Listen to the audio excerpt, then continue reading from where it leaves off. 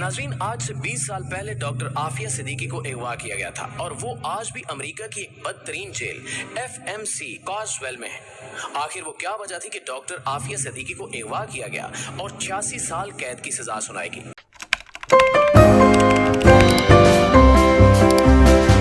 बिस्मिल्लाहिर्रहमानिर्रहीम। अस्सलाम वालेकुम दोस्तों, आज मैं जो आपके सामने रिएक्शन करने के लिए जा रहा हूँ वो है डॉक्टर आफिया सिद्दीकी के बारे में।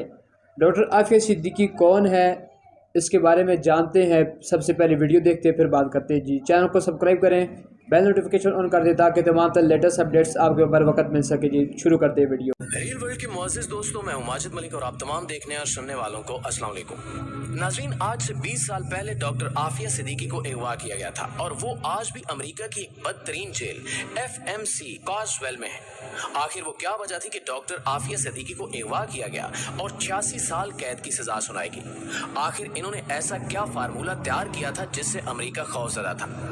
आज डॉक्टर आफिया सिद्दीकी की रिहाई के लिए क्या कोशिशें की जा रही हैं और जिसकी वजह से उम्मीद की जा रही है कि वो जल्द रिहा हो जाएंगी, इस सब के बारे में जानने के लिए वीडियो को आखिर तक जरूर देखिएगा। नाज़रीन, डॉक्टर आफिया सिद्दीकी के खानदान की बात करें तो एक सादा सा मजहबी और पढ़ा लिखा घराना था। इनके वालिद का मजहबी तालीम की तरफ बहुत रुझान था। इन्होंने अपने बच्चों को मजहबी तालीम के साथ साथ दुनिया की आला तालीम भी दिलवाई। डॉक्टर आफिया सिद्दीकी बहुत अक्लमंद और ज़हीन थी। इनको 300 साल में पैदा होने वाले ज़हीन तरीन अफराद में शुमार किया जाता है। तकारीर के मुकाबलों में अक्सर मरहूम आमिर लियाकत भी इनके साथ होते। लड़कों में आमिर लियाकत इनाम जीतते और लड़कियों में आफिया सिद्दीकी।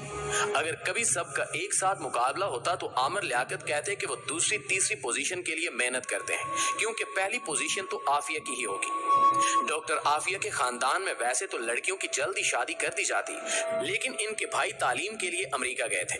इन्होंने डॉक्टर आफिया को यूनिवर्सिटी ऑफ ह्यूस्टन में स्कॉलरशिप के लिए अप्लाई करने का मशवरा दिया। इस तरह डॉक्टर आफिया सिद्दीकी तालीम हासिल करने अमेरिका चली गई। इसके बाद इन्हें MIT, जो कि दुनिया की बेहतरीन यूनिवर्सिटी समझी जाती है, वहां से स्कॉलरशिप की ऑफर मिली। वहां से इन्होंने बायोलॉजी में ग्रेजुएशन बहुत सारे लोग ऐसे हैं जो डॉक्टर आफिया सिद्दीकी के बारे में जानते हैं। इसके बाद इन्होंने PhD भी आज उनके लिए कहा बहुत जाता है कि अपनी इंफॉर्मेशन तालीम के दौरान आफिया सिद्दीकी ने एक ऐसी रिसर्च भी की थी जो अमेरिका के बड़े बड़े साइंसदान भी नहीं कर सके थे। इस रिसर्च का इस्तेमाल करते हुए किसी भी मुल्क के लिए एक बेहतरीन दिफाई निजाम बनाया जा सकता था, यानी बहुत ताकतवर हथियार बनाए जा सकते थे। अमेरिका के कुछ साइंसदानों को इस बात का पता लगा तो इन्होंने अमेरिकी इदारों को इस बात की खबर दी कि डॉक्टर आफिया के पास एक बहुत ही आम रिसर्च है जो अगर पाकिस्तान के हाथ लगी तो हमारा बहुत नुकसान होगा। इस तरह डॉक्टर आफिया सिद्दीकी से वो रिसर्च हासिल करने के लिए अमेरिकी इदारों ने कोशिशें शुरू कर दी। दोस्तों, डॉक्टर आफिया सिद्दीकी को अंदाजा था कि अगर ये रिसर्च अमेरिका के हाथ लग गई तो वो हमेशा की तरह इसे मुसलमानों के खिलाफ इस्तेमाल करेंगे। इसी वजह से डॉक्टर आफिया सिद्दीकी ने वो रिसर्च एक राज की तरह अपने पास रखी। डॉक्टर आफिया सिद्दीकी एक निहायत ज़हीन खातून थी। इन्होंने ये जहानत बेहतरीन तरीके से इस्तेमाल की थी।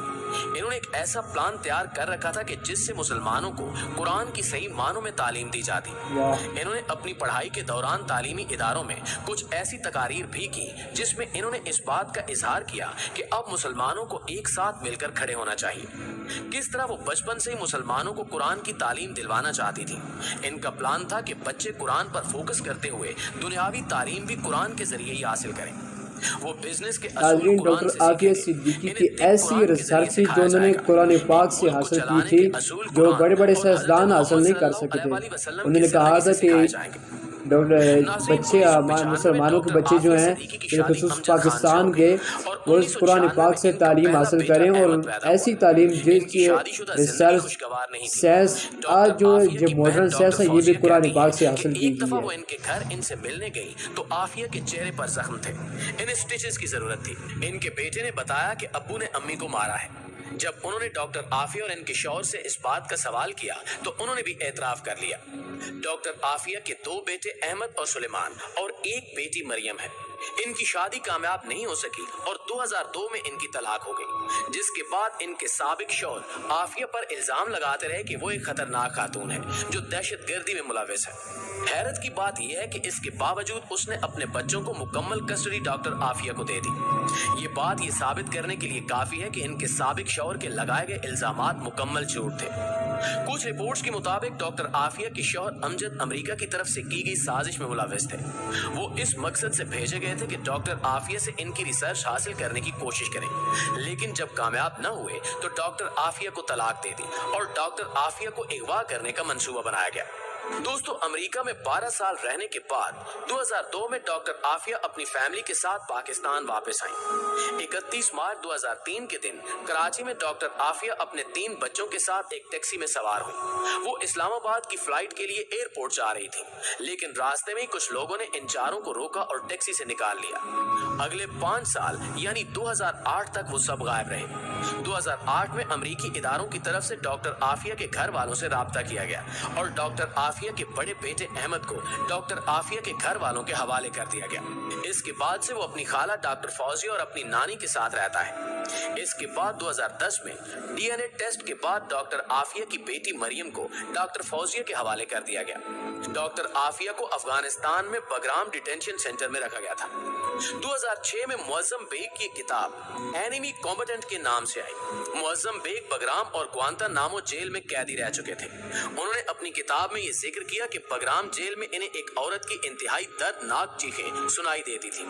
वहां एक औरत कैदी नंबर 605 और the grey lady of Bagram के नाम से मशहूर हो गई थी। कुछ लोगों ने यह ख्याल किया कि हो सकता है कि वो डॉक्टर आफिया ही हो, लेकिन ये बात यकीन के साथ नहीं कही जा सकती थी।